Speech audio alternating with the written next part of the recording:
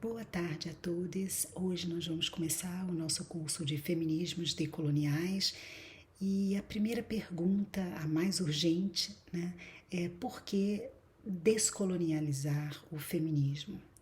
Então, essa nossa primeira aula eu vou tentar discutir essa questão acompanhada de Uderque Spinoza e mais especificamente no texto que tem o nome da nossa questão, que é de que forma é necessário um feminismo descolonial, diferenciação, denominação e constituição da modernidade ocidental e o fim da política de identidade. Então, tomando como ponto de partida o próprio texto da Spinoza, nós vamos discutir então e responder a essa questão que se torna uma urgência no momento em que nós nos propomos a fornecer um texto, um curso de feminismos decoloniais, né? Bom, primeira coisa que eu queria dizer para vocês com relação ao formato desse curso, eu optei por não fazer um curso em que nós discutíssemos autoras específicas, ou seja, não importar o modelo da história da filosofia, que é um modelo no meu entender, muito de uma epistemologia colonial, né, para um curso de feminismos decoloniais. Então, a ideia vai ser trazer uma abordagem temática. E dentro dessa abordagem temática, nós vamos discutir mulheres negras, mulheres indígenas e o feminismo comunal. Nós vamos discutir questões de justiça, nós vamos discutir uma série de questões que podem ser vistas sobre um olhar descolonial, né? Então, esse é o objetivo do nosso curso, a gente trazer um olhar inovador sobre essas questões, né? Um olhar que não esteja vinculado a uma proposta epistêmica de colonização e uma proposta de relações de poder coloniais, né? Bom, a primeira coisa que nós gostaríamos de falar é sobre o próprio feminismo hegemônico, né? O feminismo hegemônico é um feminismo burguês, ocidental e que pode ser descrito por nós a partir de ondas. Todos vocês já devem estar acostumados a falar das ondas do feminismo, né?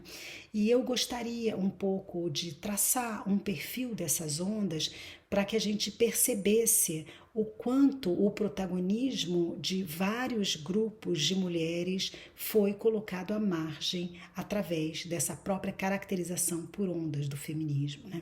Então, a primeira onda do feminismo, ela se caracteriza, e aí vocês podem ter vistos em outros lugares, outras divisões em ondas, mas essa é a proposta, pelo menos, que eu vou defender aqui pra gente, né? Que eu vou adotar, melhor dizendo, pra gente. Então, a primeira onda do feminismo é traçada, é caracterizada por uma tentativa de buscar direitos iguais para as mulheres, direitos civis iguais para mulheres. Então, é uma onda do feminismo voltado para o reconhecimento do direito a voto feminino, o direito à representação política, o direito a trabalho e assim sucessivamente, por direitos civis, né?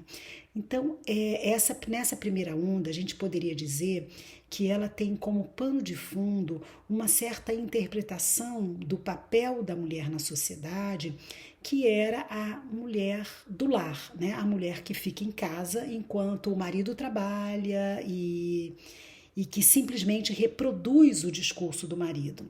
Se a gente pega a mulher negra, a mulher racializada, a mulher proletária, a mulher campesina, o que a gente percebe é que elas têm uma realidade muito distinta dessa.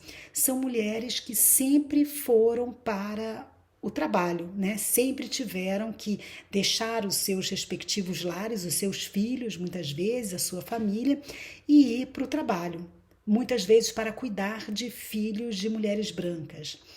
Então, a mulher negra e a mulher racializada, elas sempre tiveram uma dinâmica com relação ao trabalho totalmente diferenciada dessa mulher branca, ociosa e que queria um lugar na sociedade civil, na sociedade política, né?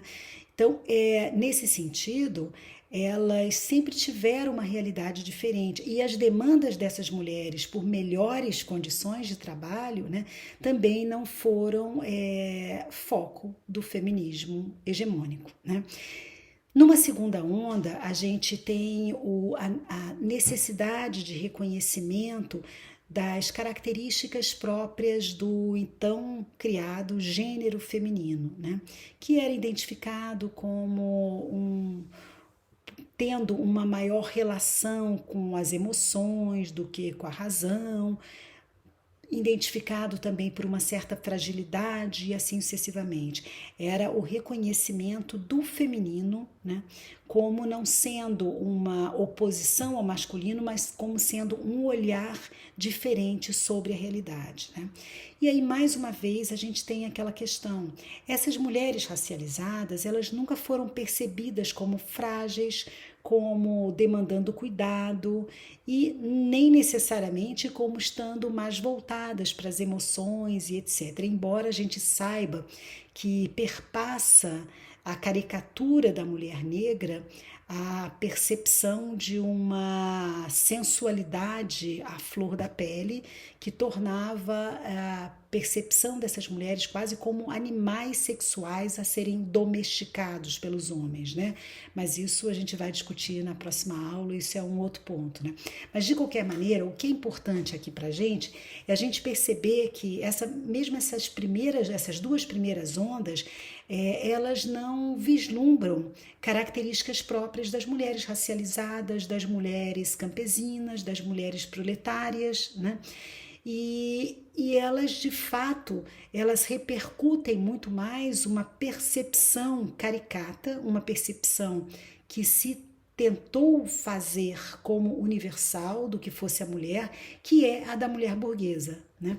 Então, o que a gente percebe que dentro do feminismo hegemônico há uma busca por padrões de universalidade que é bem característico do pensamento colonial e onde os demais grupos, eles são totalmente subsumidos dentro desse universal e as suas demandas específicas desaparecem, né? Então, esse feminismo hegemônico, ele, num certo sentido, ele compra muito o pacote ideológico de uma concepção colonial hegemônica da sociedade, dos grupos sociais e assim sucessivamente. Na terceira onda, como eu falei, em 3 ondas, né? Na terceira onda, a gente tem a questão da quebra do binarismo de gênero, uma crítica ao binarismo de gênero. Isso, a gente poderia dizer que isso é uma proposta da terceira onda que está muito associada também a autoras norte-americanas e europeias, etc. Só que se nós formos pensar e fazer uma leitura do que as mulheres negras produziram acerca de percepção do que é o papel do gênero, do sexo e da diferença sexual dentro de suas respectivas, nós temos, por exemplo, livros como A Invenção da Mulher, que já falavam sobre, muito antes da suposta terceira onda, livros que já falavam sobre isso, sobre a inexistência em determinadas culturas do sul global, dessa caracterização social a partir da identificação com o binarismo de gênero e sexo, né? Então, num certo sentido, essas mulheres já foram também protagonistas da suposta terceira onda, que é claramente identificada como algo que surgiu depois e com uma concepção estadunidense do que seria a ruptura com esse binarismo, né? Então, é muito importante a gente, nesse curso, a gente tentar reaver o protagonismo dessas mulheres. A gente vai trazer aqui a percepção que essas mulheres tinham do que eram as respectivas sociedades nas quais elas viviam, das histórias da sua sociedade, da ancestralidade que elas tentam trazer nas suas perspectivas, né? Então, é dessa maneira que a gente poderia dizer que essas ondas, a própria caracterização das ondas do feminismo, elas tiram bastante do protagonismo, elas colocam à margem as mulheres racializadas, as mulheres campesinas, proletárias e assim sucessivamente, né? Então, o feminismo, na verdade, o feminismo decolonial, ele é uma exploração da crítica introduzida também por Aníbal Quijano ao processo de colonização, né? É uma extensão dessa crítica à questão de gênero, né? Enquanto Quijano tenta identificar em todas as relações de saber e poder coloniais uma marca a marca do surgimento do conceito de raça e a naturalização desse conceito como uma forma de justificar as hierarquias e a relação de dominação, né? O que as feministas decoloniais vão fazer é tentar mostrar que dentro dessa mesma análise, nós poderíamos dizer que a categoria de gênero, ela também passou por esse processo. Ela também foi criada e naturalizada para justificar relações de poder, relações de dominação. Então, o feminismo decolonial, ele vai trazer essa crítica, ele vai estender a crítica à colonialidade do poder de Quijano a toda a discussão de gênero e ao papel marginalizado que as mulheres, e sobretudo determinados grupos de mulheres, apresentam nas sociedades do norte e sul global, porque na verdade aí a gente está falando de fato de uma hierarquia generalizada. Nós temos uma peculiaridade de que o papel que as mulheres racializadas e as mulheres proletárias vão ocupar, e campesinas vão ocupar nas sociedades do sul global é marcado por uma interseccionalidade de opressões que não ocorre com as mulheres brancas nas sociedades em geral, né? Mas isso a gente vai ver no decorrer das aulas, quando a gente for analisar cada grupo desses e qual é a problemática que é introduzida por cada grupo de mulheres em questões, né? Então a gente poderia, se a gente fosse traçar uma linha genealógica dos feminismos decoloniais, a gente poderia dizer que é um feminismo herdeiro do chamado feminismo negro, né? O feminismo da mulher de cor, feminismo da mulher terceiro-mundista. Isso a gente vai ver mais concretamente o que isso significa na próxima aula, quando a gente for falar de mulheres negras. Inclusive eu dei o título Mulheres Negras e não Feminismo Negro, justamente por reconhecer que a própria caracterização desses movimentos como feministas muitas vezes já é um olhar colonial, já é um olhar a partir do feminismo hegemônico sobre esses movimentos, né? E ele também, as perspectivas feministas decoloniais, elas vão ser também herdeiras, como eu mencionei anteriormente, de toda a pesquisa sobre colonialidade, sobre toda a crítica à epistemologia, à violência do processo de colonização sobre os países do sul global. Vai ser também uma herdeira das correntes feministas autônomas latino-americanas, que foram movimentos que na década de 90, né, tentaram, nos países do terceiro mundo, tentar realizar ou produzir uma compreensão diferenciada do que seja uma sociedade e uma organização humana, né? E inclusive com uma relação diferenciada com a terra, né?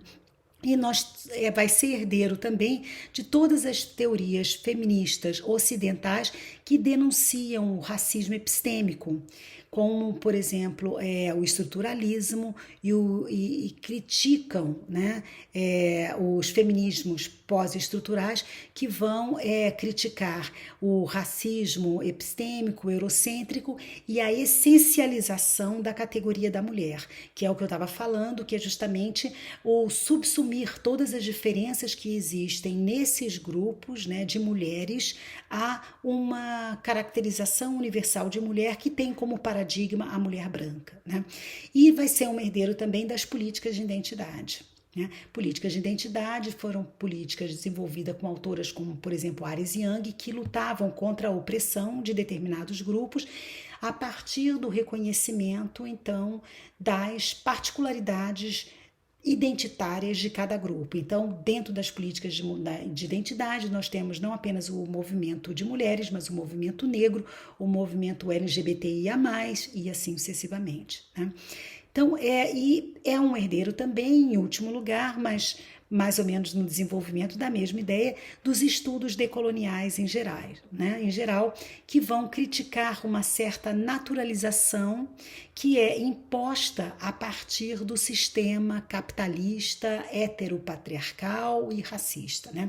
Então, esses estudos, eles vão ter como foco uma compreensão e uma crítica do próprio capitalismo como estrutura de poder de relações socioeconômicas dominante que vai gerar toda uma forma de ordenação social específica, né?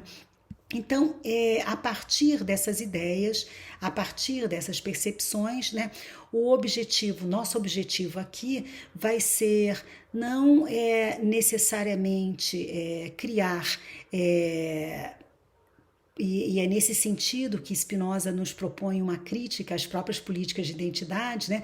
Não criar núcleos identitários diferenciados e isolados, mas assumir uma atitude política que permita o enfrentamento ao sistema moderno colonial, patriarcal, combater as opressões e a dominação em seu conjunto, construindo uma rede de movimentos, né, uma rede com grupos que têm esse mesmo objetivo, ou seja, grupos que visam igualmente combater uma forma hegemônica, que defendem, portanto, uma percepção contra-hegemônica das próprias relações sociais, né?